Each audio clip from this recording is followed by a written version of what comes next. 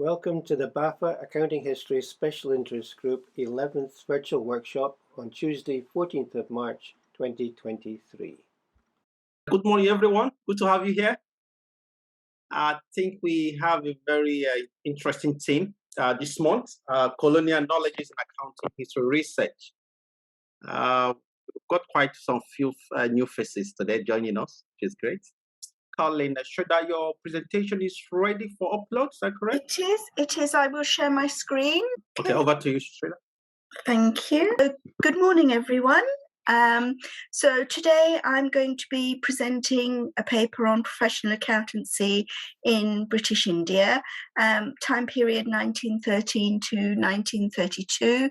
And within this, we're going to employ a Borgesian perspective, and it's co-authored by Professor Suki Sian. Okay, so, sorry, it's not moving forward. Have you got it open on a separate screen? It has come onto my other screen. So if I, it's okay, and then let's see if keeps coming up. Okay, so it was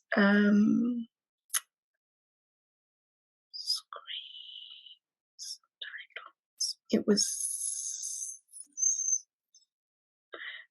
that's not that one.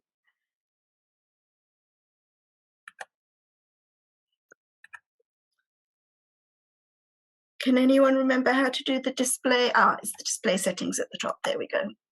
Okay, is that okay for everyone? Yeah, yes, fine. Okay. Yes, perfect. Apologies for that. So today I'm very quickly going to go through the research aims, outline the theoretical perspective that we're using, and give you a brief economic and political context of the time period which surrounded the accounting change that I'm going to discuss. Just briefly cover some of the themes and then have time for questions and comments at the end. We've received some comments from reviewers. It's at revise and resubmit stage. So some of the things in the presentation will be responding to the reviewers. So be very appreciative of any comments that anyone might have. Okay, so what we're looking at are changes to the professional landscape from 1913 to 1932. That was a very particularly important time period for the professionalization of accounting in India, and we'll highlight some key features, some of the key episodes, and focus in on some of the changes that were taking place within this period. And we will particularly focus on engagement of government and different types of accountants who were present in India during this time period, both looking at British accountants and Indian accountants, but also focusing very much on government interactions as well, because of the importance of government directly in relation to accounting, which we don't often see in other jurisdictions, certainly within the British Empire, when we look at settler states. We will also link the accounting change to the wider economic and political context of India, although today I might not have enough time to get onto that in any great depth. Okay, so as I've said, we're employing a Borgesian perspective. So we're exploring changes to the accounting field in India, and we're employing Bourdieu's concepts of capital. Bourdieu identifies 4 different capitals: economic, cultural, social, and symbolic. And I've just very briefly summarized the different capitals there. We very much focus on symbolic capital and social capital in our study, and in particular, we do look at social capital in terms of the networks that were available to the different accountants, which helped them then raise their symbolic capital and then be able to convert that to economic capital. And we very much look at connections both between the accountants and how those connections changed over the time period, but also connections with the government, which facilitated the importance of viewpoints and who was taken most into account in the changes that we see. And within this, we employ the concept of symbolic violence, which is the imposition of categories of thought and perception, a form of non-physical violence which is perpetrated by dominant actors on dominated actors with their acceptance, and very much internalized and not questioned by the dominated actors. And we see symbolic violence in different forms throughout the period, at parts during some of the changes we see what we class as complete symbolic violence, but as the time progresses we see perhaps some resistance to the symbolic violence, and we touch upon that in this paper as something that is developing at the end of our period. And then there's another paper that looks at the resistance in more detail. Okay, we also focus on occupational designation. As Bourdieu notes, the power to name or designate is deemed to be a key power in the hands of the state, and struggles occur because of the value attached to particular designations and occupational names. And the story in India during this time period is all about designations and who was called what, and the symbolic capital associated to the different designations. And indeed, as Bourdieu recognises, one way to improve position within a field is to alter designations, and that was definitely part of the story in India at this time. And I'll come back to that. Just a very, very whistle-stop tour of the economic and political context of India. So India was governed by a Governor-General in India, also known as the Viceroy, and he reported to the Secretary of State for India within the British Cabinet, and the Secretary of State was responsible for the governance and revenue of India, and the primary concerns were that India should be retained as a market for British exports, that the Indian Army should be kept available for the imperial cause wherever that might be around the world, that adequate revenue should be available to pay remittances to Britain, and that Britain at all costs should avoid having to provide financial support to India. And they were the primary imperial concerns relating to India as articulated by the British government. The British government in India had a somewhat more complex task, in that they had to balance those imperial commitments against local demands, and those local demands over our period included greater involvement of Indians in the institutions of India, and that those ranged from the civil service to the legal profession to managing agencies, to the military, to the political structures. So there was a movement of having policies that reflect India's context rather than just the imperial concerns. At the beginning of the period, calls were for greater independence in the form of dominion status, and over our time period, those calls changed very much for full independence. So some of these issues sort of dip into our story. Okay, so professionalization of accounting in India was very much related to auditing, and auditor certification was required in India from 1913 onwards. It was introduced by the Indian Companies Act 1913, section 144 of which stipulated that no person could be appointed to act as auditor in British India unless they held a certificate from local government. And there were two types of certificates, unrestricted and restricted. And the unrestricted certificates were certificates that enabled auditors to audit throughout British India without restriction.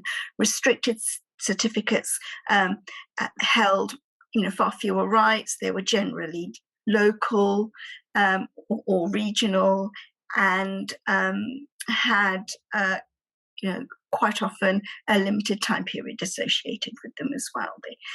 They were often temporary rather than permanent. So who was able to gain unrestricted certificates automatically? Well, under section 144 of the Indian Companies Act, the Government of India had the powers to notify members of particular institutions to act as auditors. And as you can see, they stipulated 6 British bodies whose members would automatically gain unrestricted certificate rights. They were 5 of them were the chartered accounting bodies or their precursors, and the 6th was the Society of Incorporated Accountants and Auditors. Okay, so until 1918, it was only members of those 6 professional bodies who were overwhelmingly British, who had rights to unrestricted certificates. There were a handful of Indians who managed to travel to the UK and pass exams and do the requisite articleships required, but they were very much in a minority. And from 1913 onwards, there were demands from local accountants to have a system input which they could follow in order to gain the same rights to unrestricted certificates as the members of the 6 British bodies. So in 1918, 2 schemes were introduced. 1918, a professional qualification for Indian accountants, for local accountants, was introduced, called the GDA, the Government Diploma in Accountancy. That comprised of a series of professional examinations plus a 5-year articleship. And if accountants passed those exams and did the appropriate articleship, they automatically gained rights to the unrestricted certificates. This was followed a couple of years later in 1920 with Indians who graduated from the Sydenham College in Bombay with a commerce degree, specialising in subjects such as auditing and accounting, and then doing a 3-year articleship, also gained rights to unrestricted certificates. The designation for such accountants were holders of the GDA, as opposed to the chartered accounting designation that most of the British accountants who had unrestricted certificates held, and certainly it was very much accepted that the chartered designation held the most symbolic capital, it was the most prestigious, it was the highest status, and that went completely unchallenged by the Indian accountants. They totally accepted the superiority of the chartered designation, and hence, we argue that at this phase of accounting change in India, we see symbolic violence at its most complete. Further changes were initiated in 1925, and there were 3 key changes that were proposed at this point in time. First of all, the powers to issue auditor certificates was transferred from local government hands to central government hands. So the central government had direct control over accounting, certainly in terms of who was able to gain certificates and who wasn't. Another key change that was proposed at this point was to establish an Indian Accountancy Board, which would be a precursor organisation that would ultimately lead to an independent accounting profession in India. But at this stage, it was proposed very much as an advisory body, which would have an advisory role to government and would be populated by British accountants as well as Indian accountants.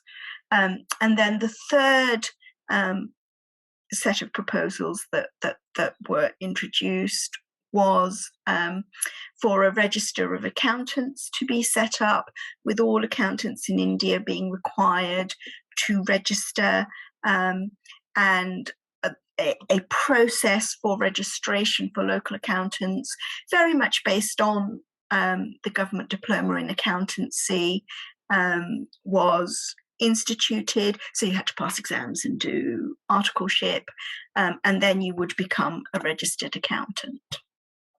Okay, so the process of change was very government-led, and the changes were ultimately included in the Companies Amendment Act 1930, which changed the Indian Companies Act 1913, and detailed rules for registration and for the Indian Accountancy Board were issued separately under executive order by the government. So the government had direct control over accounting. So some of the key themes that we argue in the paper, that there was this dual system introduced in India, whereby British accountants, certainly if they were members of the 6 notified bodies, had automatic rights to unrestricted certificates, and most of them were chartered accountants, and hence had much more symbolic capital than the Indian accountants, who were designated as holders of the government diploma in accountancy or registered accountants. And that was symbolic violence in that the Indian accountants accepted certainly the perceived superiority of the chartered designation, completely internalized and unquestioned. Why did they accept the symbolic violence? Well, even though it was designated as inferior to the chartered designation and the symbolic and social capital associated with mainly British accountants, the Indian accountants did improve their social and symbolic capital, certainly to that held before these professional qualifications and registration was introduced. So it was very much in their own interests to improve their status and improve their position in the field. It was very much a positive step forward towards an independent Indian accounting profession, something they hoped would occur within 5 to 10 years, and it was very much in line with changes that were occurring in other spheres within the economy. So they were happy with the progress being made, and I think they thought that once the first step had been taken, the rest would follow pretty quickly. Most expected to happen within 5 years. It didn't, but that was the expectation. And we also argue that symbolic violence was perpetrated with direct support from the British government of India. And again, there were several reasons for this. First of all, we had direct involvement in accounting by the government of India, something not seen in other empire states at this period. So that the mechanisms for directing change was very much in government hands. We also see,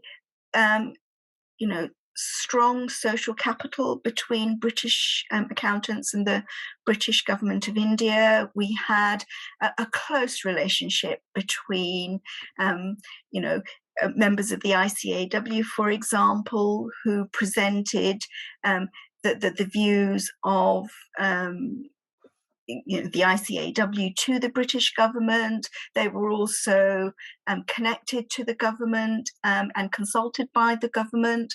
And those close ties and the close social, or the high social capital they had, certainly facilitated their views being treated as paramount by the British government of India, which also was not unexpected in the imperial context of the time, where the government of India very much supported British interests within the imperial context. Helped maintain the social and symbolic capital of the British accountants. So just a very quick stop tour through the paper. So we argue that symbolic violence was perpetrated on Indian accountants in 1918 and 1925 with British state support.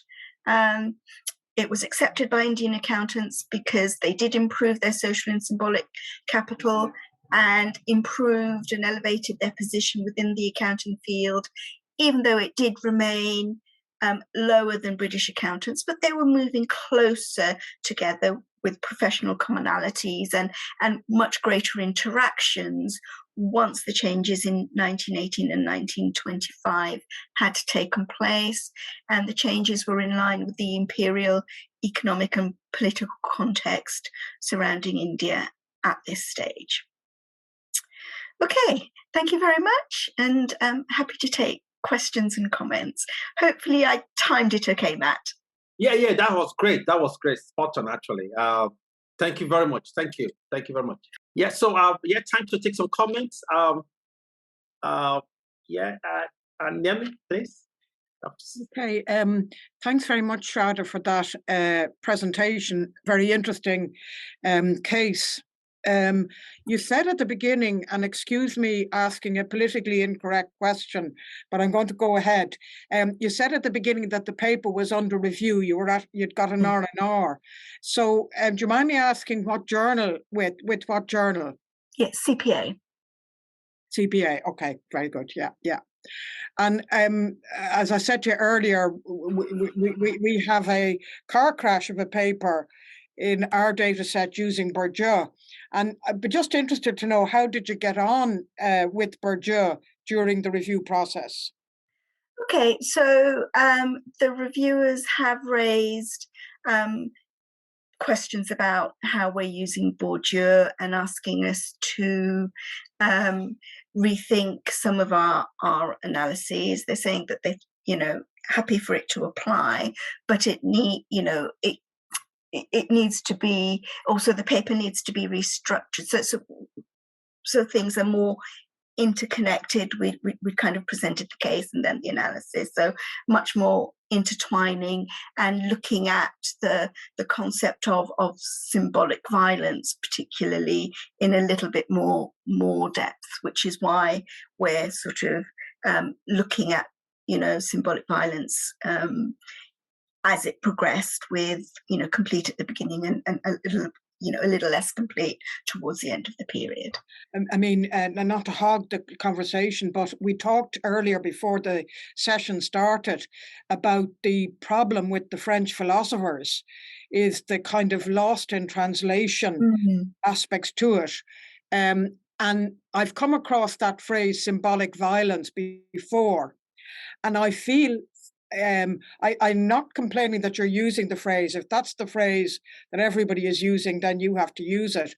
But to me, I think the word violence is too strong. Violence strikes me as being a word that sounds to me like physical violence. And I know it's qualified with the word symbolic, but I kind of wonder whether it's properly translated from the French. Yeah, okay.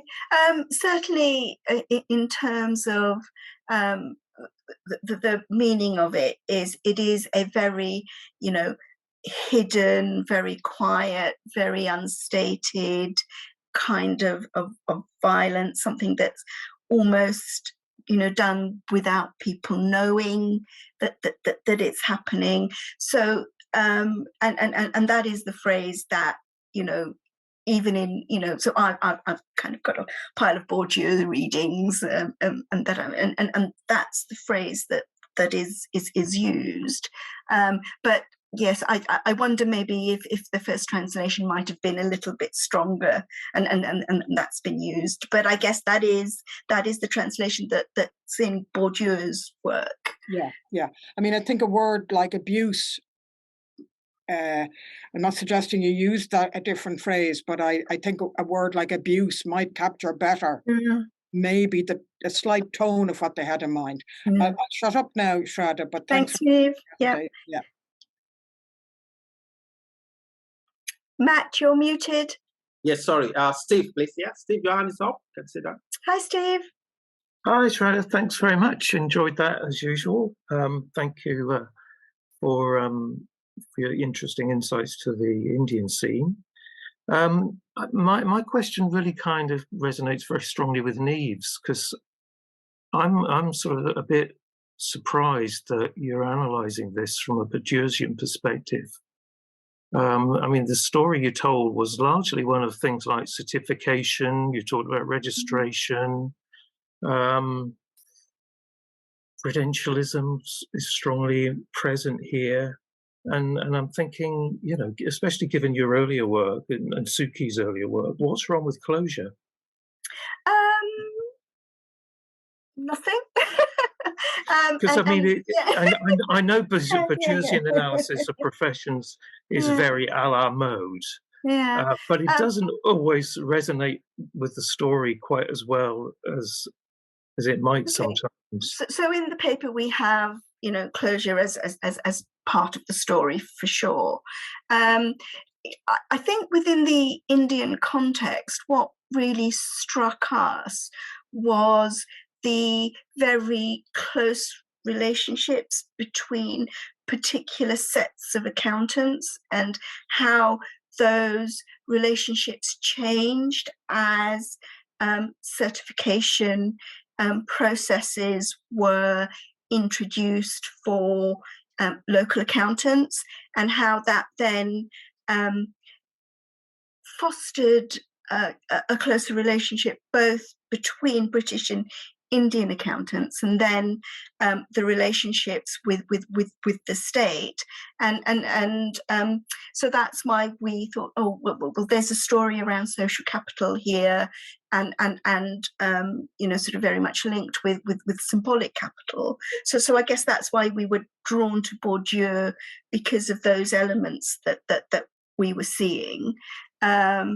And several people sort of commented, because when we first started out, we didn't, sort of employ Bourdieu, but reviewers and other people we discussed paper said, well, perhaps you should consider Bourdieu. So we kind of then, had a look at the literature, and we thought, so that was quite a nice story coming out of it. So I guess that's why we've done that, and having fair enough. As long as you there. can make it work. I mean, it's quite difficult to always make this apply in a convincing way. Okay. But Fingers crossed. the other thing that kind of surprised me is in having gone in that direction, the one thing that kind of disappears from the scene, which we all know is pretty much fundamental to this story, is race. It's gone.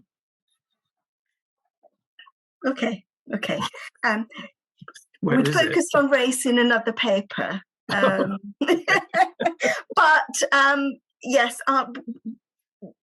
we'll have another look, and so it's referred to, but the focus is different, and race was the focus of another paper. So I guess we're just sort of chunking it, I suppose, in different ways. But there was a whole interesting element of who or the backgrounds of a lot of the accountants who were indeed training to be accountants, and they were overwhelmingly from the upper castes. And so that there are several elements of race coming out. First of all, there were commonalities between upper caste Indians and, some of the British accountants from backgrounds, certainly within their own fields, that were comparable, but also an interesting element of whilst the Indian accountants were coming from an upper caste background and of the highest caste and highest status within their own field, when they came into the accounting field, it was slightly different, because they were never quite as or perceived to be quite as high as British accountants, even if the British accountants were from a more modest background. So there are lots of elements of that. It's just trying to fit everything into one paper makes it really long. Yeah, sure. Okay. Good luck. Thanks, Steve. Yeah, thanks, Steve. Yeah, Alan, you have your hands up. Yeah. Yeah, it's just a very brief comment on what Niamh said. I think that we have an issue with some of the ways that we use the philosophical work. I had a discussion about 5 years ago with I think it was with Henri Zimmerman, where he was basically saying the English language doesn't really understand the French terminology, and I think it'd be worthwhile doing a paper like you're doing, Sharada, to actually draw attention to this, and to make the point that Niamh made, that really, does this say to us what it says to the French people who read it in the original language? And I would be tempted to contact a French academic and ask the French academic to tell you what the original text means from that. And I think if we can make some inroads there, we might find we actually understand this stuff a lot better. It's a really, really interesting idea, Alan, and I've noted it down. I think we've at various conferences had very similar conversations around this, and I think that there's something that would be really interesting to be done. As you say, just to look at the different translations and have that French perspective and how it's been used in the English language, and sort of have a much more in-depth analysis of maybe building on a linguistic type approach, just to see how things are being translated. So yeah, that's a really, really good idea, Alan. Yeah, thank you. Yeah, that's fine. Yeah, just one point. Okay, sorry, Karen. Before Karen. if there's time. Thank you very much, Shraddha. Really interesting presentation. I just wondered about the background and context, if you like, and I'm sure there's much more of that within the paper. But the first sort of Indian uprising in the mid-1800s led to the abolishment of the East India Company. But then after that, it was more Mahatma Gandhi style protests that were taking place within India. So a more gradual movement over decades towards independence in 1947. And I just wonder how that fits with your story, which lands somewhere in the middle of all of that gradual process towards independence. Yeah, I think it was a little bit more complex than that, because obviously you had Mahatma Gandhi, sort of the non-violent approach of protest, but you also had others who were protesting much more violently. So there was a chap people might have heard of, Bose, who was very much a, sort of much more radical protester, and so even during our time period, you had different modes of resistance taking place. Rather interestingly, within the archival documents that we've seen, and we've been to India, looked at the Parliamentary Library and the National Archives there, as well as the archives at the British Library and over in the UK, there isn't very much reference to these protests and uprisings. And I think it is very much kind of periphery, and people aren't talking, or the Indian accountants certainly aren't talking of protest and what's happening in the wider economy. They are very much focusing on accounting and trying to get certification within the accounting process and getting equal rights to British, and actually working within the processes of the British government. And it is interesting that although they are demanding change, or demanding, I guess, maybe requesting, rather than out and out demanding, certainly in our time period, that the wider context is very much during our time period anyway, that there is movement being made. There were political changes being made. There were, concessions made to the military, and there seemed to be sort of some move towards acknowledging and recognizing and responding to some of these claims, and so people were happy. I think it was in the mid-1930s that a lot of the political changes, sort of halted. So I think in our time period, there seems to be some optimism that these changes would ultimately lead to significant change, and it's interesting that the more violent protests aren't being referred to at all. And actually, I think that's probably the point I was trying to make, in a way, is that the archives would be held and controlled by the British. Mm-hmm. So the story they told, and the hidden aspects of that story that wouldn't have been retained in the archives, are what perhaps needs to be drawn out as part of the background and context. Although, so there were lots of layers of consultation around certification, and they had a really wide-ranging 2-year review of certification. So it was sent out to all the local governments, and all the local governments sent it out to all the stakeholders who might be interested, and to anyone who might want to send stuff. And so there's lots of stuff coming back from Indian accountants and other Indians, say in government and in the finance field and companies, and it's still not coming through. So I think it would have come through as part of, because they've just published everything that was sent and the letters, and it's not even in there.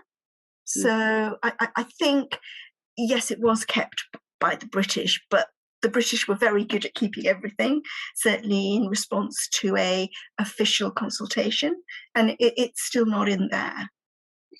Actually, Niamh, if you were thinking of doing stuff on Bourdieu, with Sean now being at Montpellier, his French must have improved substantially. Well, do you know something? That's a fascinating thing you should say, because he was at Toulouse before he moved to Montpellier. So he invited me to Toulouse for about a week. And I have to say, he's been taking French lessons because he has a French fiance, and he's been taking French lessons for years. But you see, we take for granted that we learn French in school, but he never did, and he's finding it extremely difficult. Yeah. But what I made a note for myself, and I've asked him about this before when he was at Toulouse, was, maybe, and again, following Alan's comment, to find a French academic who is an expert in Bourdieu. I completely agree. Yeah. And it's those nuances of translation, which is really interesting from what you were saying about violence. And it may just be that it's not violence as such completely. It's just that the English word, that's the nearest English word for the concept. So again, it would be interesting, wouldn't it, to talk to a French academic who specializes in Bourdieu. Yeah. Because we don't know what we don't know. And that's the same of lots of things, actually. Yeah. And I think Shrada's comments earlier before we got started formally brought back to mind Jeffrey Unneman's distinguished academic, BAFA distinguished academic paper, where he talked about echo chambers. Absolutely. So somebody arrived at the translation symbolic violence, and the echo chambers have been just repeating it non-stop since, Yes. And it's a little bit like I was saying earlier about the whole Chinese whispers as well. So you start off with one concept, and then by the time one person's changed it just slightly and the next person's changed it just slightly, it becomes something that's a little bit different, maybe. Yeah, that's right. All right, so we have to start now. Thanks very much. Niamh is very ready with her presentation on a British South Africa company project. Great. Thanks very much, Matt. And thanks very much, colleagues. Good morning. And thanks for attending this session. When Karen invited me to partake in the workshop, we agreed that I would talk about the project as a whole, rather than individual papers out of the project. And just to give you a little bit of background, my co-author, Sean, and obviously with a name like Sean, he's got Irish parents, but actually he was born in Zimbabwe, which was formerly Rhodesia. And when he was 13, he moved to South Africa. Also, his great-grand-uncle, Richard E.D. Power, worked as a policeman in South Africa at a time when the police was under control of the company that I'm going to talk about. And his mother had some records about the company. And Sean has been studying this project since his school days. He would have done it in his kind of A-level exams or whatever the equivalent was in South Africa. And I've never asked Sean a question about the company that he could not answer. He knows it inside out, back to front. But anyway, Sean went off and he took 1,900 photographs of a data set in 2 UK archives, comprising an uninterrupted set of 29 annual reports for the company from 1889 to 1924, and an incomplete but fairly complete set of general meeting minutes. So that is the data set, and it's enormous. So anyway, Sean was at a different university, and I heard about his project, and I heard that he was moving to my university. So my tongue is hanging out. I'm drooling at his project, thinking that when Sean came to my university, we might start working together. But Sean had different ideas, and nothing happened, to my disappointment. But about 6 months after he joined my university, Sean, I met him in the coffee shop, and I said to him, Sean, how are you getting on with your project?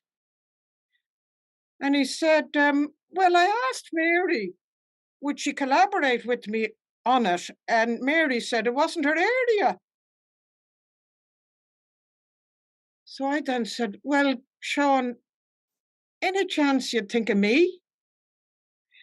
So that's how it started. And the very first thing we decided, or at least I put it this way, I decided I have a research fund.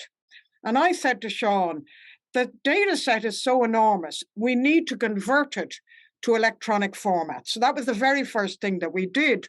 And this got us into trouble with reviewer 3 on the first paper, who said, such an approach precludes a deeper analysis of the company's exact legitimation methods and tactics.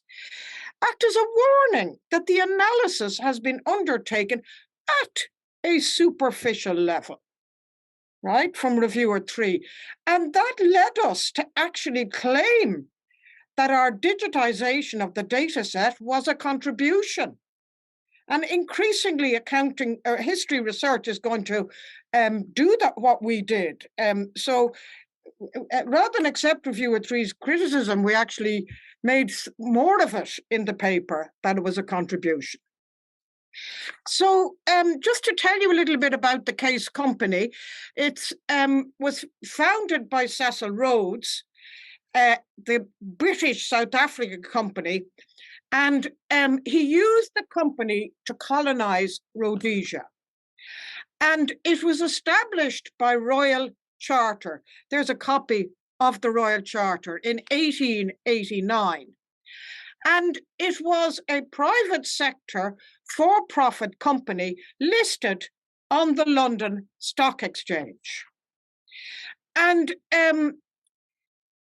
what happened was the British government outsourced government to a private company. And the motive for that was to avoid the cost on the British taxpayer. They wanted to colonize Rhodesia, but they didn't want the cost. So they were able to retain power over the territory and not have the cost of it, because the company was bearing the cost. And going back to Sean's great-granduncle, Richard E.D. Power, because it was government, it ran the police. And when Sean told me that, that's when I began to think, oh gosh, this is very different.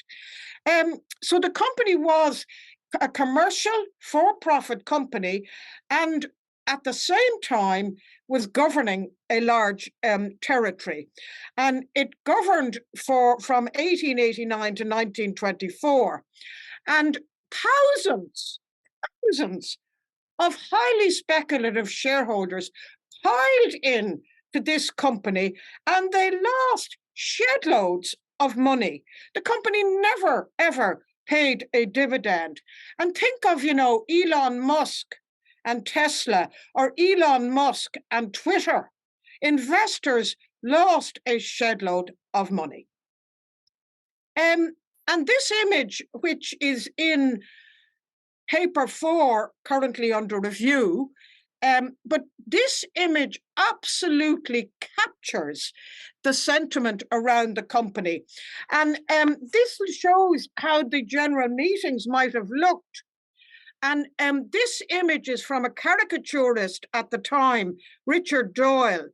And he was a notable illustrator in the Victorian era.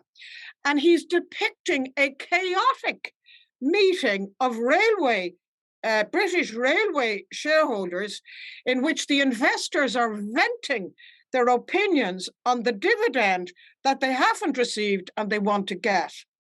And we have verbatim minutes of these general meetings. And these verbatim minutes at that time would appear in the national newspapers. And because they appeared in national newspapers, it gives us some sense that actually the minutes are accurate. So the very first British-South Africa Company meeting in December 1891 it appeared in page 10 of the Times the following day. And you can see in the image, press, press, press. So the image shows you that the meetings were attended by reporters, and the reporters took the minutes, and they are absolutely verbatim. If a shareholder coughed, it was in the minutes.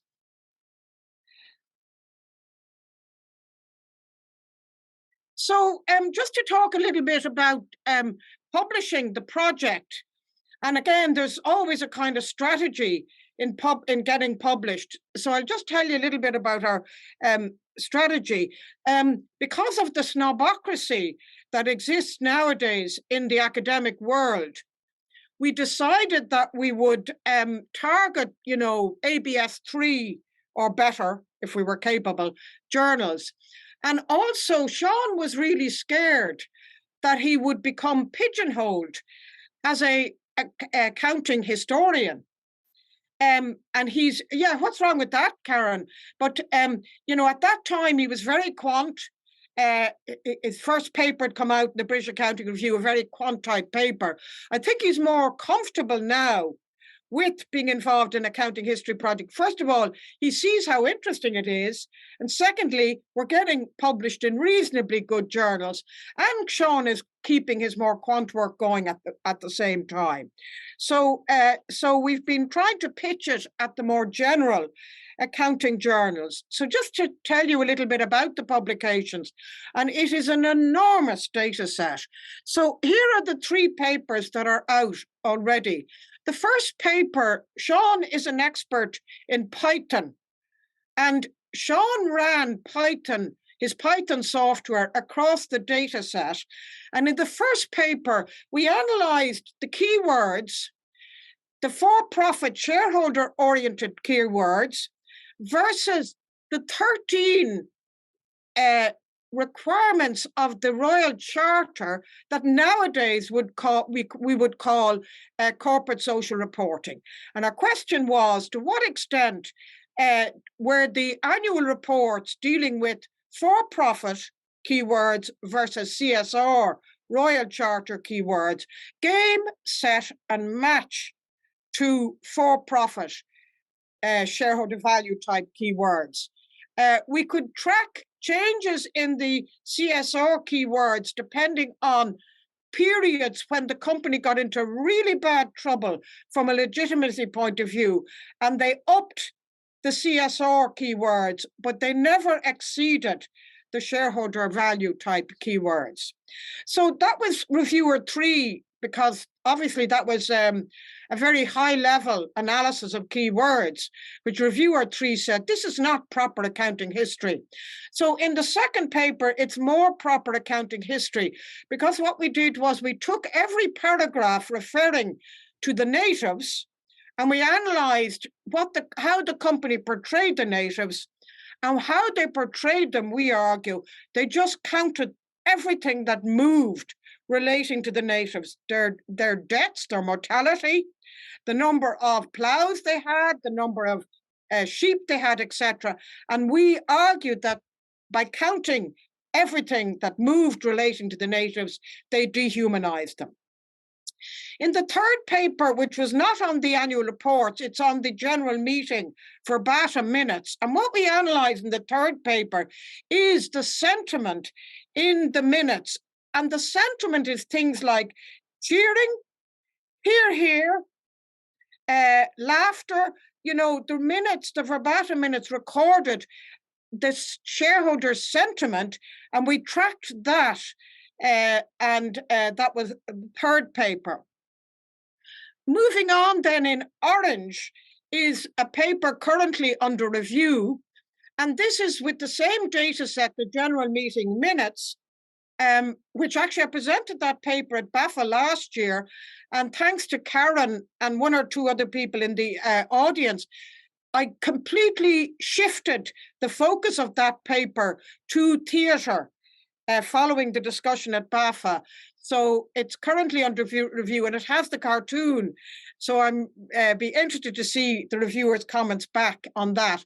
And just to point out that we asked Victoria Edgar, who's at the University in Norway. She is a world expert on manual content analysis.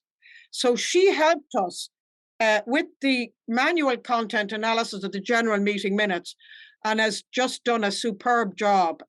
So that's why we asked her to come on board with that paper.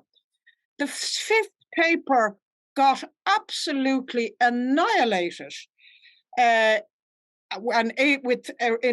review with ABR. And very disappointingly, we got a reject.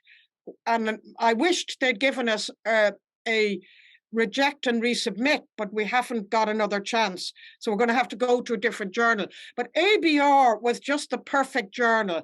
And the reason is because this fifth paper takes a continuous, non-missing 34 audit reports. And we track the wording from I think it's 80 to 34 over the period. And in 1911, and the auditors were PricewaterhouseCoopers, Cooper Brothers at the time. And in 1911, the audit report went boilerplate. And I believe we have a very, very unique data set showing the first case of a move from customized wording to boilerplate wording. So I think the data set is very strong. Obviously, I write the paper, Sean does the data and data analysis, and I unfortunately made a mistake with that. So, and the paper's changed massively since then. So we'll see what happens next.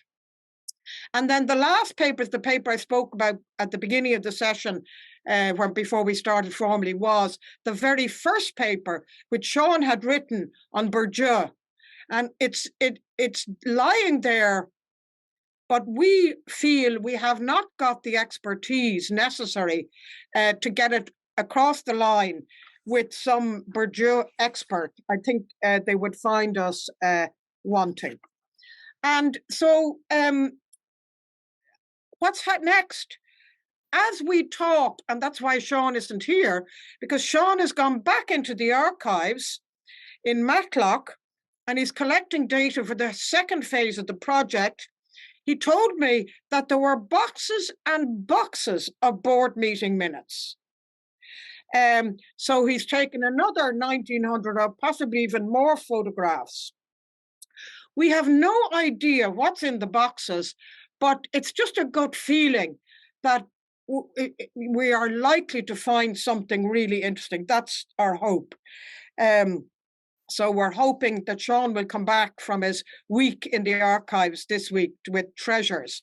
So that's a summary of the project. And I'm now going to have an ad break. And my ad break is advertising my two AAAJ 2019 100 Rules of the Game papers. And here is a rule of the game. And the rule of the game is that if you were sitting beside somebody at a dinner party and you told them what you are working on for your research, they would respond, oh, that sounds interesting. And we think our British South Africa Company project passes the dinner party test. So thanks very much for listening to me. Thank you so much, Ned. Thanks. That was a wonderful presentation. Thank you very much. Time for a comment or any questions on this? Yeah, Karen, please. Thank you, Neve. Very interesting, massive project with lots and lots of archives. I guess I have a couple of questions, comments, thoughts. I just wondered how the South Africa company fitted with similar governmental concerns, such as the East India Company set up in the 1600s, and the Hudson Bay Company set up in the late 1600s. This is a little bit later on, and I just wondered how the company was similar, learnt from previous companies of a similar ilk that ended up governing colonial areas. I guess that's my first question. And then my other question relates to Sean's forays into the archives. And again, I guess it's related to what I was saying with Shraddha. What about those missing archives? Because the archives are saved by the British government. And I just wonder, and again, obviously this is really difficult because you don't know what wasn't saved. But I just wonder how that could be ameliorated, if you like. Yeah, thanks, Karen. First of all, there was a director of the company. His name is Philip Littleton-Gell. And a lot of the records come from him. And he suffered, I've never met him, yeah, he died in the 1960s, but he suffered, I think, from obsessive compulsive disorder because he kept everything. And so, first of all, the annual reports, there's nothing missing, not a single thing missing. So that makes it very strong as a historical record. And the general meeting minutes, yes, some of them are missing, but I think we've got most of it. But some is missing. And what I think, I'm hoping, what we'll find in the next phase is that what they said in the annual report versus what they were saying privately at the board of directors meetings were at variance. So that's what I'm hoping. But we'll just have to wait and see. In relation to, we have mentioned in earlier papers, particularly I think the first one, we have mentioned the East India Company, but we haven't done a comparative analysis, so to speak, between our company and the earlier two you mentioned, East India Company and Hudson Bay. And again, I mean, there's just so much we could do with this. So we're sticking to our own database for the moment. But I mean, it does, without question, have a lot more potential. Thanks, Karen. Yeah, good. Thank you. Yeah, Steve, you have comments? Yeah, it's a brilliant project and has been incredibly productive. And congratulations on the many outputs. I think what it also shows, your success, is, well, a couple of things. First of all, the benefits of collaborating with somebody who can bring methodological innovation into accounting history. Sean's obviously brought a lot to the party, of course, and you also bring a lot to it yourself, Niamh. I'm surprised at one thing, though, that you've done so much without seemingly exploring the extent of the archive before you began. You've only now found the board minutes. Thanks, Steve, for that comment. Research doesn't always follow rational, logical trajectories. So what happened was that Sean, long before I ever met Sean went and took the photographs. Now, one very lucky thing happened, because Sean is still at a very early stage in his academic career, but there was one stroke of luck, and that was that he met Christopher Napier before he went into the archives. And Christopher Napier gave him some advice. You need to do this, you need to do this, you need to do this. So in the first phase, he followed Chris Napier's advice, and his data collection was massively better as a result. I think on this foray, the reason he's going in this week is because he mentioned to me the boxes of minutes, board meeting minutes. I said, oh God, we've got to get our hands on those. And I think that in this foray into the archives, Sean will go about the exercise in a completely different way than he would have done in the first tranche. But I suppose to reflect his incredible competence. He's very, very competent, less experienced than some of us, but extremely competent. Nothing has been asked in the review process that we were not able to deal with. That's how good Sean's data collection was. And secondly, how good Sean's knowledge of the company is. He's just been studying this company now for several decades.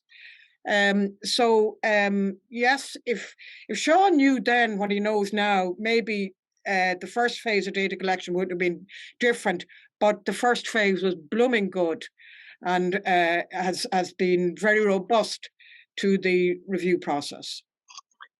Usually it's where you get to the board minutes. I mean, it's not, companies vary enormously, but the board minutes are a place where you could get some very candid insights into decision making around accounting. This is where the kind of discourses around accounting decision making start to really surface.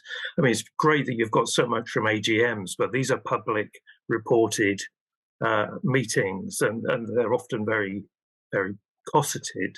But the minutes could potentially be absolutely explosive, and I hope they are for you.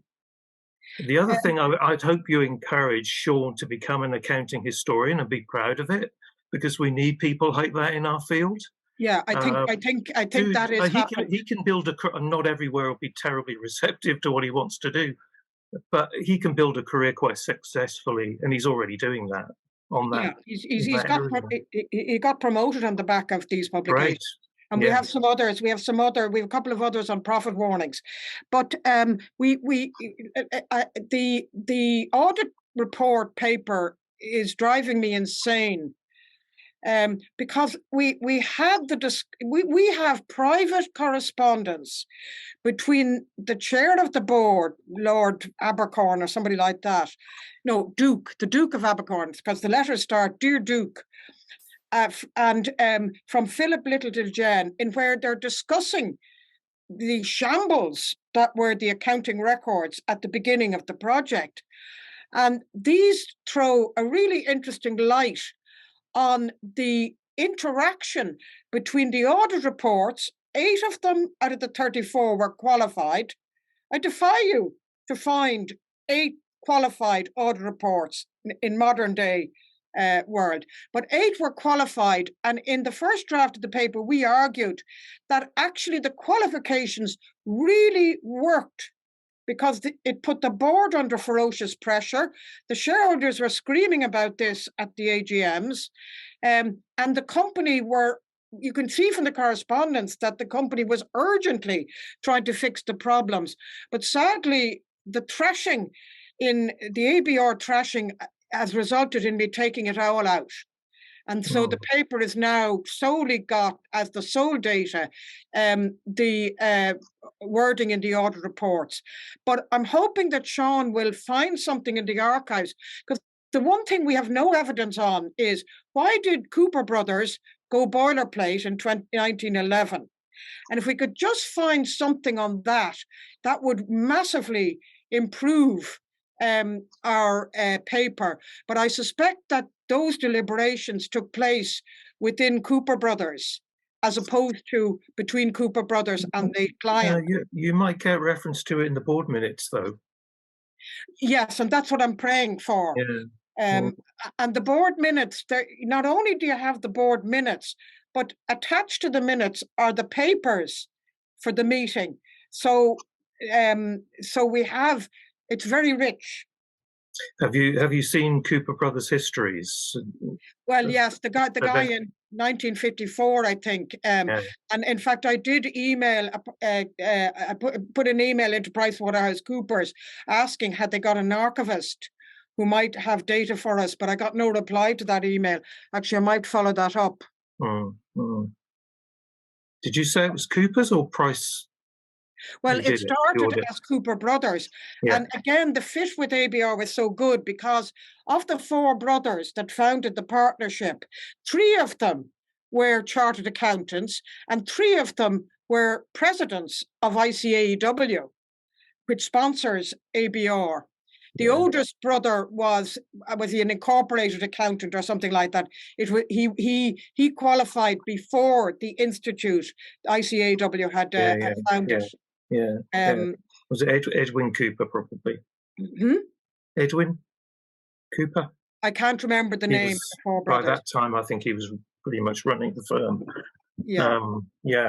And another thing we have is that one of the we have the book in 1954 identified the first member of staff who jumped from the auditor to the client. They made us take that out as well. But I think they're just the really fascinating little details.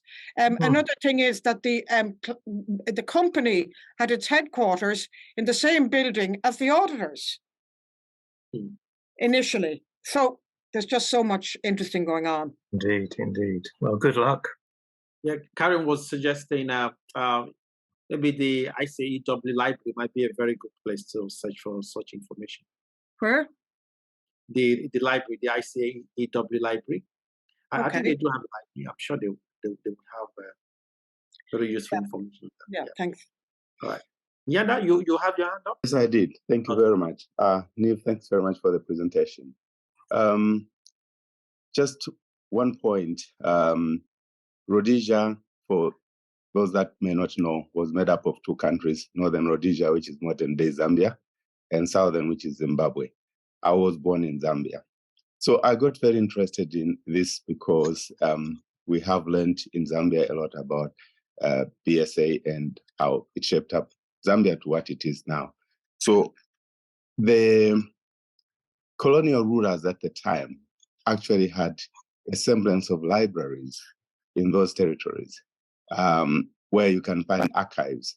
Have you thought of trying to reach out to see whether there's something you can find there which could be explosive, to use Steve's words, or just to plug in some gaps on some of the research where it might use something that you may not have thought about? We haven't,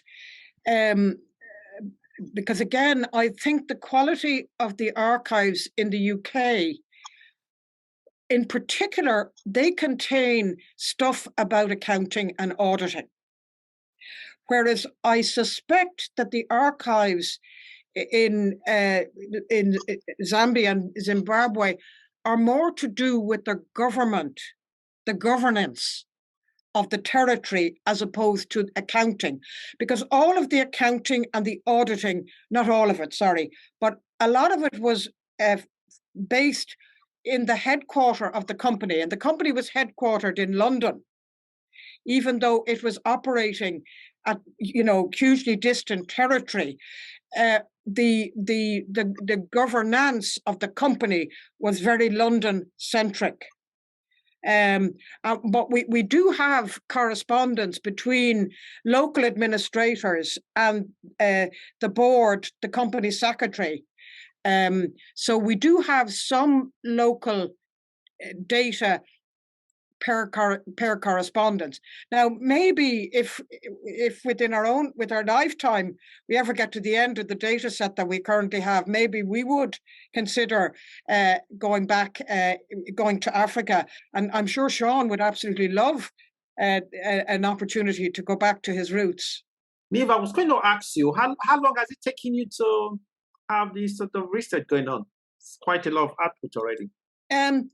Well, I mean, that's a very good question, Matt. Research is a remarkably long game. So, Sean would have, I think, selected the photographs, would it have been in 2017, 2018? So it's taken 5-6 years to get 3 papers out, another couple of years to get the next 2, possibly 3 if we torture ourselves with Bourdieu. But Bourdieu may remain in the Power Brennan archives, because when he comes back with the board meeting minutes, I'd say that'll be a great distraction, and we'll be moving into the second phase of the project. So, and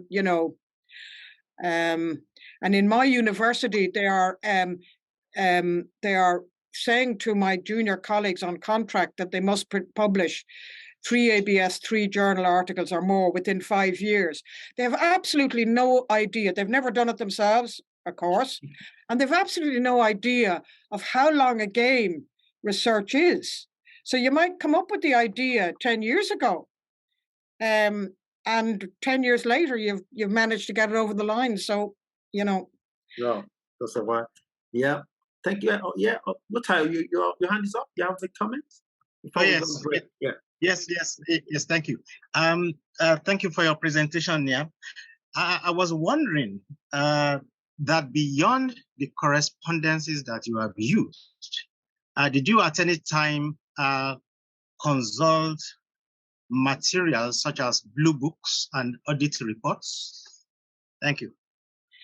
I don't understand your question. What do you mean by blue books and audit reports? Well, blue books are books usually produced by colonial administrations for income, expenditures, taxes, etc. That's the name they gave to it, blue books. And then, of course, before colonial governments also submit end of the year reports, there are auditors who look at their books. And so some of these audit reports are also in the archives. Yeah, well, there is quite a lot of that kind of material in the annual reports. So, and I can't remember the titles, but, you know, the local administrator's annual report on, you know, land or something like that, that would be in the annual report. So the annual reports contain, I mean, for those days, like annual reports in those days were 1 or 2 pages long.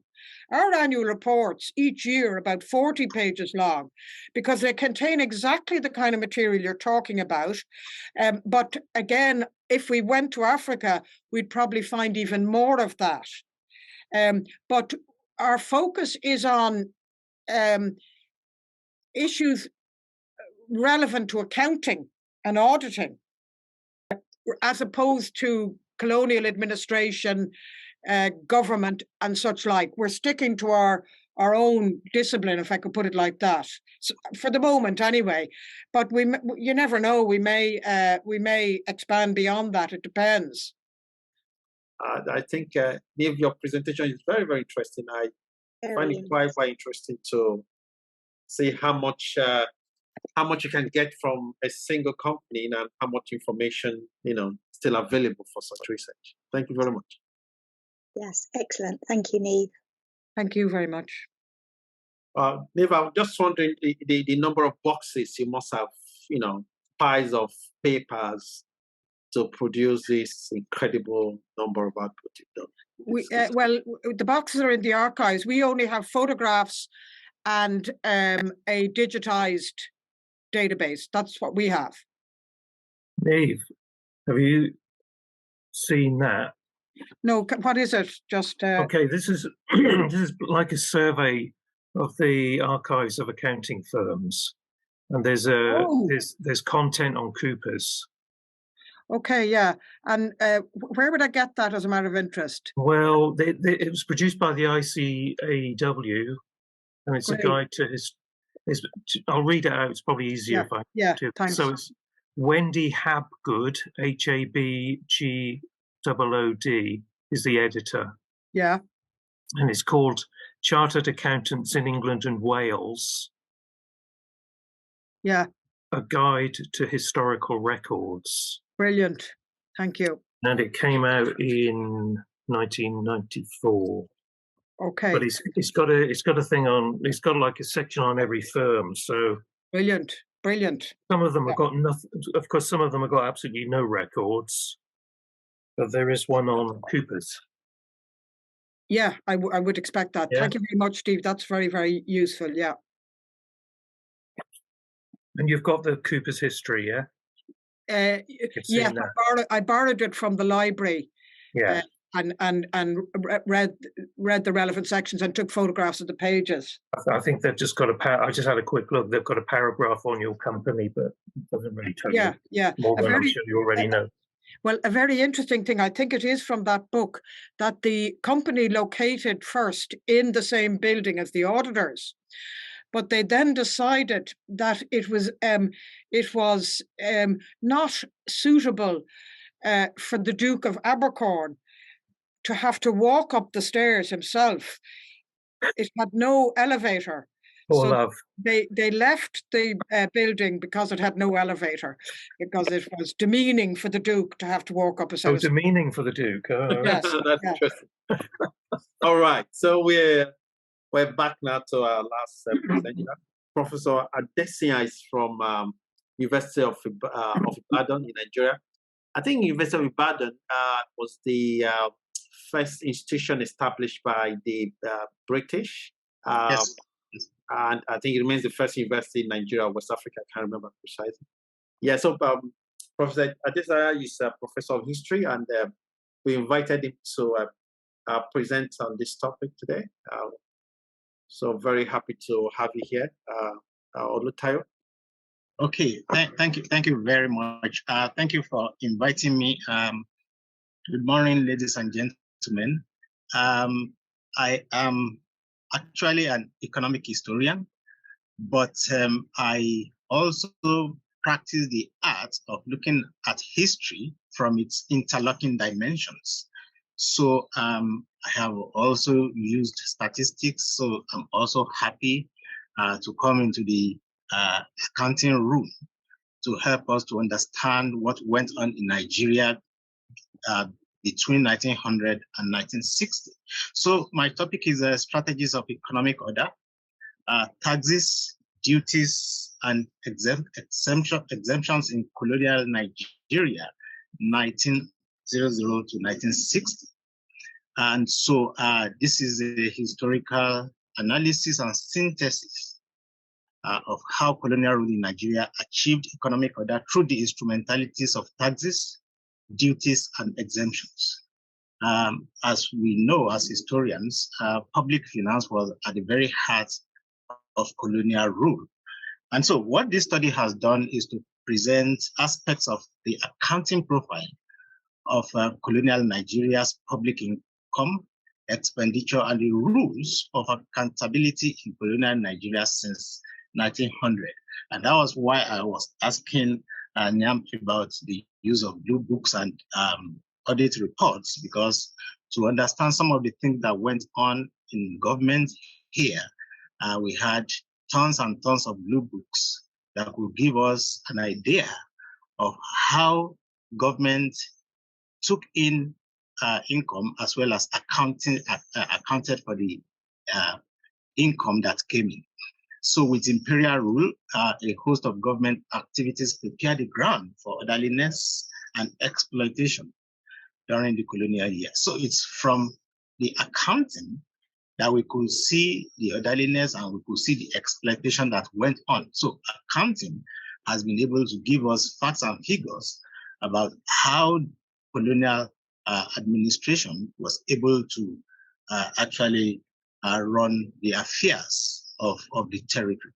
So in that wise, the colonial government provided a catalyst around which resentments, because when you see the facts and figures, you then understand why resentments happened, why ambitions happened, why hopes were raised and dashed, and how ideas could fuse into a common critique of running the economy. The figures produced by the Accountant General, by the auditors, by the government itself, was able to give us the picture of what went on between 1900 and 1960.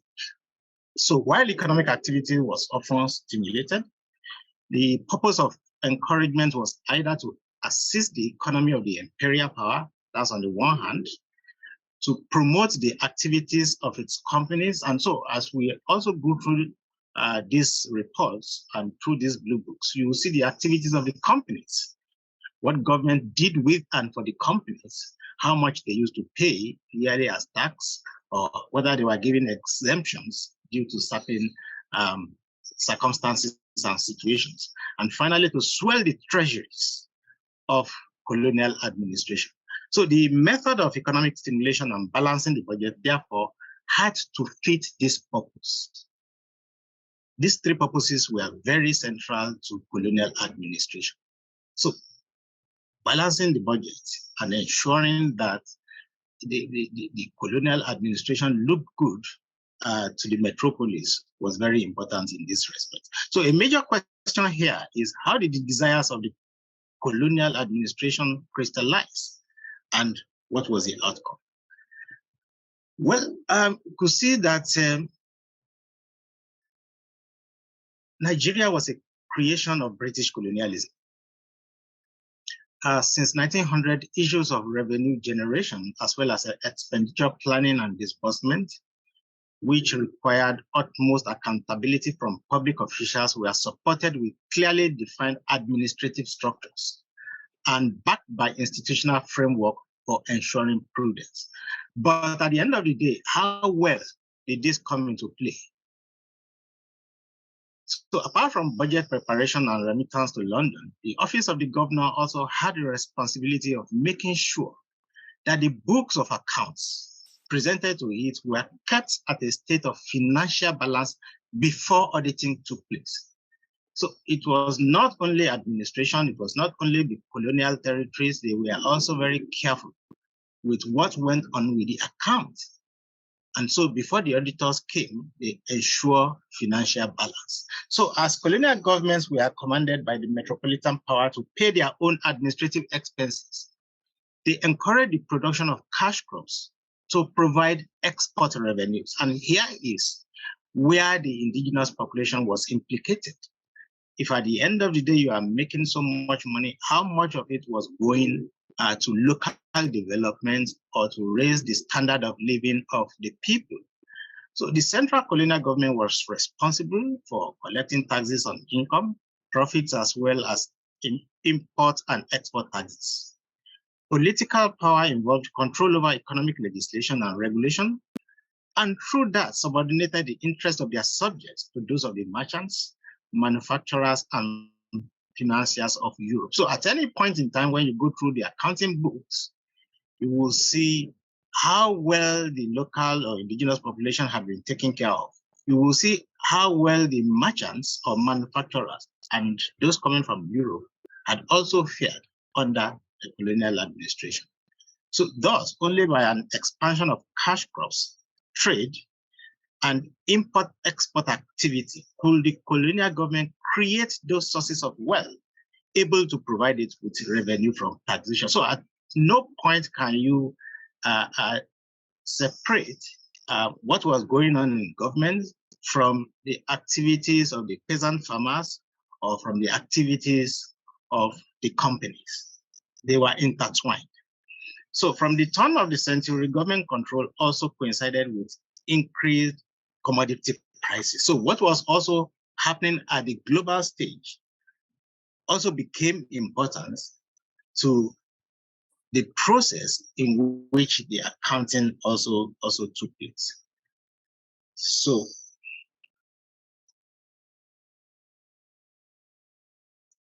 what colonial model of governance are we talking about here? The colonial model of government and its ideology of meticulous analysis of the taxes, duties, and exemptions facilitated a clear understanding of the accounting system between the metropolis and the colonies on the one hand, and within the colonies on the other hand. So we could see how the colonial administration tried to rake in revenue, tried to reduce expenditure to the barest minimum, and at the same time ensure that they took on certain duties that would make them look good to the metropolis. So this system constituted an instrument of orderliness and exploitation at the same time of the colonies. The assumption of responsibility by colonial government coincided with the need for capital expenditure on a considerable scale. The Blue Books, audit reports, and other resources have furnished us with how the government mobilized these resources and also disbursed them. So at the end of the day, how did the colonial administration get implicated in the need to generate more revenue as well as spend this revenue? And that could be seen from the concept of the underdeveloped estates. So the territories, the colonial territories, were regarded as underdeveloped estates that should be, supported, and developmental programs also brought in to ensure that they also begin to rise.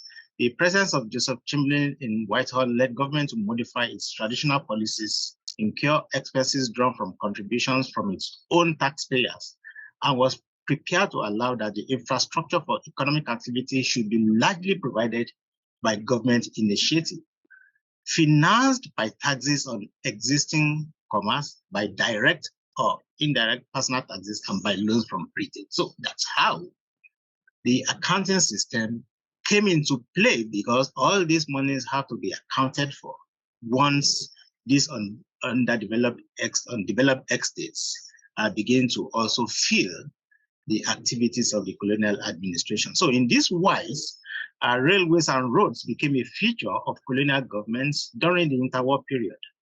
Lines were built from Lagos to Ibadan and through Kano. So the colonial government began to also spend so much on infrastructure. And by this, the instrument of exploitation also became sophisticated. But how much was spent on the indigenous population is another question. So we look at the import-export trade, the coinage system, and balancing the books. One thing that the colonial administration did was to introduce a currency.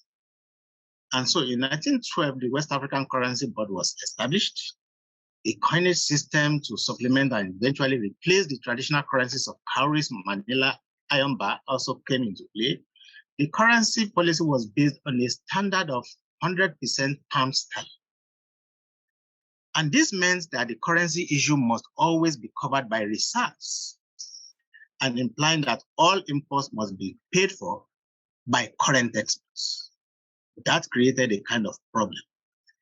Conversely, internal development could never be financed by reserves, all of which were needed to support the currency, which itself must be limited to existing reserves. So the convoluted nature of the income and expenditure, as well as the monetization of the economy, the creation of the currency board, began to also affect and influence a lot of things happening on ground during the colonial period.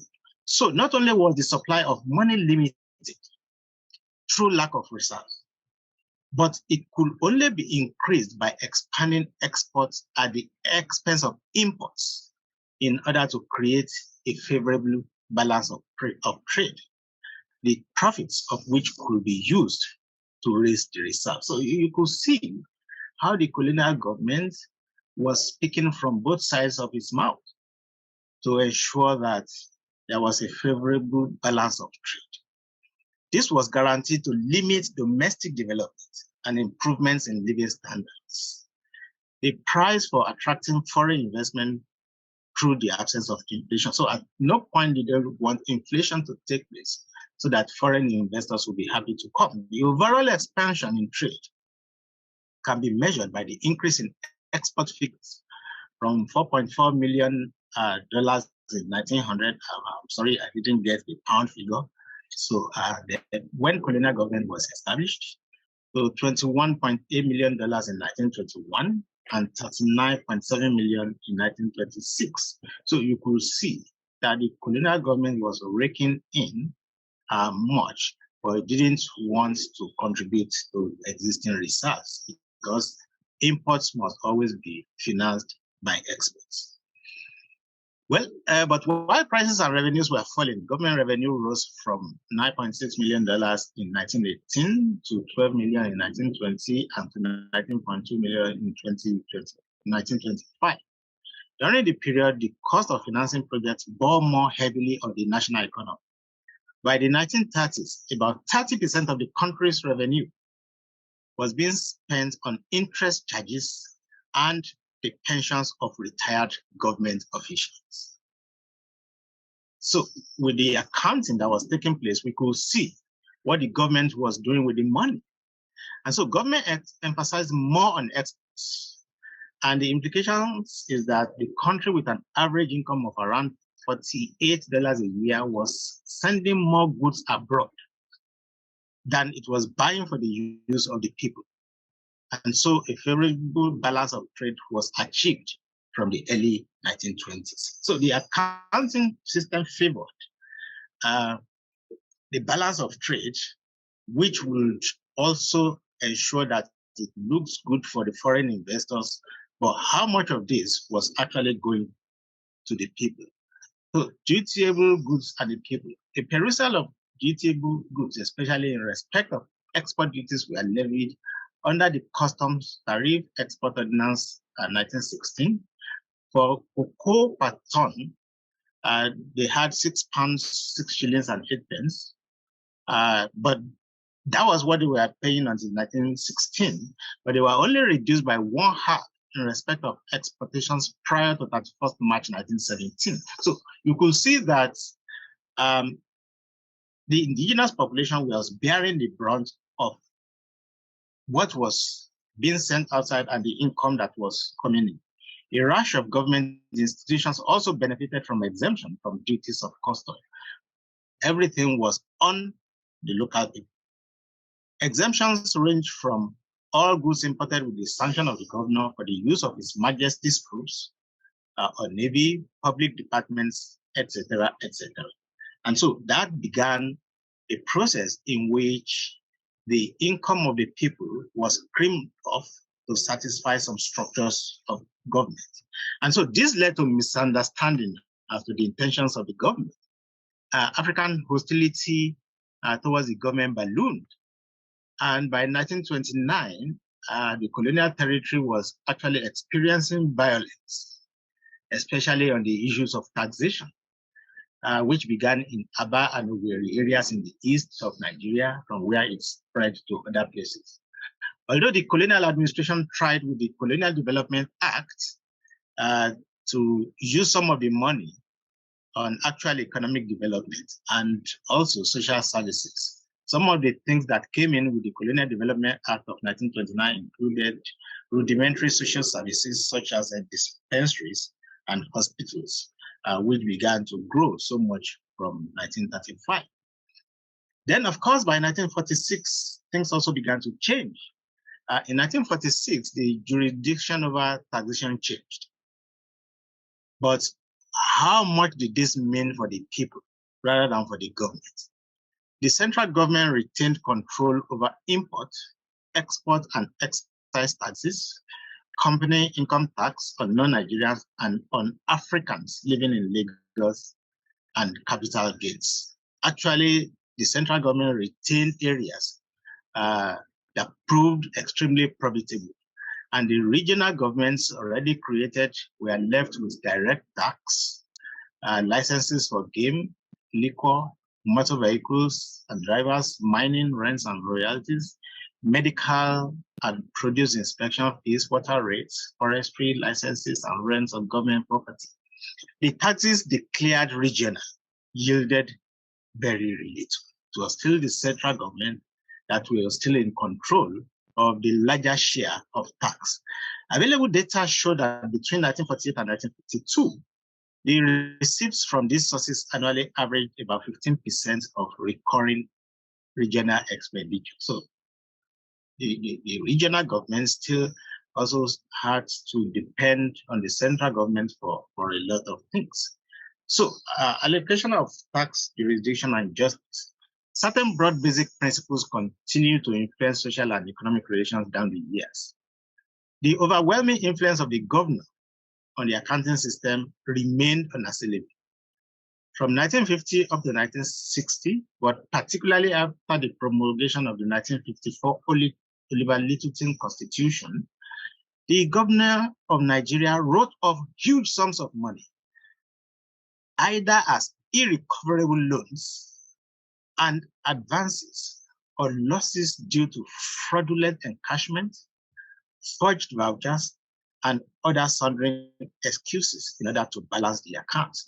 Well, when I was going through this, I marveled at the extent of the corruption that was going on in the colonial government. And so if Nigeria inherited the army from the colonial administration, it inherited the civil services, inherited the police, of course, it also inherited corruption from the colonial administration. So looking at this table, losses to government accounts written up by the governor between 1951 and 1960, you could see from 1951-52, governor wrote off £2,291, 15 shillings, 6 pence. Down to 1960, we could see the high figure for 1955-56, 1956-57. In 1955, the governor wrote off 915,000 plus pounds. In 1956-57, he wrote off 122,000 plus pounds. Well, it came down subsequently, but between 1951 and 1960, we could see that the governor had written off 1 million, almost 2 million pounds. So that's the extent to which the accounting profile of the government was able to reveal information about what was going on in government. So by way of conclusion, the accounting system in Nigeria under colonial rule proved extremely anemic. Many of the departments of government refused to comply strictly with extant rules on the remittances of appropriate financial transcripts and other documentary evidence such as payment vouchers, through which non-accountable conduct could be traced and sanctioned. Apart from this, even the laws that were made to compel probity and financial prudence were by far too few and were not activated in several cases. Thank you for your attention. Yeah, thank you very much. Lotayo, thank you very much. That was good. And just spot on time. All right, so maybe I'll just start off with some few comments I have here. Okay. Lotayo, just on your final, one of the final slide somewhere on the right of those losses. These were losses incurred by the government. Is there any reason why those losses were very high between 1953 to 1957 in particular? Yes, well, they were basically the same reasons. It only went up in scale. You know, many of the departments, as I've said, of government refused to comply strictly with external rules on the remittances. So many of them were not remitted. Remittances of appropriate financial transcripts and other documentary evidence such as payment vouchers through which non-accountable conduct could be traced. So some of these were outright embezzlements. Some of them, others were under invoicing. You know, there were a lot of issues that was going on in government. And so this lack of probity was amazing that the government could find no solution to it except to write off this debt. And for many reasons also, many people were not prosecuted. They just allowed it to slide. Yes. All right, so it was a case of maybe improper accounting records in the public sector. Oh yes, yes. Or more to do with shortfall in the budget. It was not shortfall in the budget. It was more of lack of proper accounting. Carrie? Hi, thank you, Oloteo. It's really, really interesting to see accounts and accounting viewed from a more of an economic perspective. And again, I guess I always ask a similar question, don't I? In so much as, again, I'm really interested in the context, which you've given us an awful lot of, but I just, and apologies for what's rather a naive question. When independence was ceded to Nigeria in 1960, was that around the government losses and the cost of keeping Nigeria as a colony, or was it around campaigning from Nigeria in order to become independent, or was it a mixture of both of those things? Could you please repeat the question? Yeah, sure. As I said, apologies for it being a rather naive question. Yes. I was just wondering about the circumstances around Nigeria becoming independent in 1960, whether that was campaigning and rebellion perhaps, or people within Nigeria having had enough of the colonial power, or whether it was around Nigeria costing a lot for the British government. And as I said, it's a very naive question, and perhaps I should know the answer to it, but maybe I'm just a little bit too young, or and I just wonder how much of a mix of that it was, context-wise and background. What I could deduce from your question is looking at the countdown towards independence and why and how Nigeria was able to achieve that. Okay, within the context of what we got eventually. Looking at what happened from the 1950s, there was the decolonization process. And so the British government itself was no longer willing to stay on because there were so many other forces at work in the decolonization process. The nationalist agitators at home also began to needle the governments asking for independence. In fact, the fact that it happened in 1960 was rather too late for some people, because they had proposed that it should be by 1956 or 1957.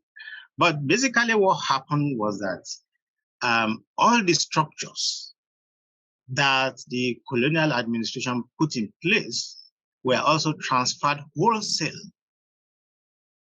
to the post-independence leadership. And that is why when we talk about Nigeria, we talk about the ossified structures. They had been in place for a long time, and so it is always difficult to change many of these things, especially the civil service. So when you hear about corruption in Nigeria today, it's not something that is new. It's only the scale that has gone up. And it's one of the structures bequeathed to post-independence Nigeria. I hope that satisfied. Okay. That's really interesting. That was exactly the sort of answer I was seeking. Thank you, Oloteo. Thank you very much. I think Alistair was trying to ask. Okay, yeah. Oh, Alistair, please. Okay, go on, please. Sorry, I managed to remute myself. Thank you very much, Oloteo, for a very interesting paper, and it's really good to hear from someone who, as Karen said, is taking very much an economic history perspective. I just wondered, in terms of what you're finding as you analyse the records in Nigeria, to what extent was it a shared experience, the way things were happening in other West African colonies or countries, that were close by, such as Ghana or Sierra Leone? Were there experiences, do you think, very similar to what was happening in Nigeria, or are there local factors or even local people that mean what was happening there was actually very different from Nigeria? It may not be something you've looked at all, but I just think comparative work can lead to some interesting revelations. Yes. Well, thank you very much for your question. I have not done a comparative analysis of what happened at the level of the accounting systems, but looking at the economic as well as the social, you begin to see that these colonies and the happenings within them were not actually really too different. Most especially since the colonial officials were moving around. They were being transferred from one colony to another. So the tendencies they brought from one colony also got implicated in the other colony, or also they themselves took along certain tendencies which they introduced to other colonies. So when you look at the historical experiences of some of these colonies, we share close affinity, in what was going on. And that's why you discover that when Ghana collapsed, when Ghana's economy collapsed, subsequently Nigeria's economy also collapsed. Same with Sierra Leone. So because the government officials, as well as the civil servants, were actually reading from the same template. So it has become very difficult to launch the kind of reform that would take these countries away from what they inherited from the colonial administration. The more you look is the less you see. And the more you try to engage in the reforms, the more problematic it becomes. And so it's been tough. It's been tough. But when we go through elections, such as the one we have just gone through, it is always with the hope that somebody will come to, just change the entire structure and process and let's start afresh. But that is not happening. So yes, in the different Anglophone countries, it's the same culture, the same tradition, the same perspectives, the same issues. Yes, I'm sure in the Francophone countries, they also have their own close relationships about what is happening in Cote d'Ivoire and happening in Niger Republic and happening in Benin Republic. It is like an ossified structure. This culture, these traditions have come down to us. And so it's been very difficult to change. Okay, thank you very much. Thank you. All right. Thank you very much, Lutayo. Thank you very much. I think we enjoyed that, and to all our presenters, it's very much appreciated.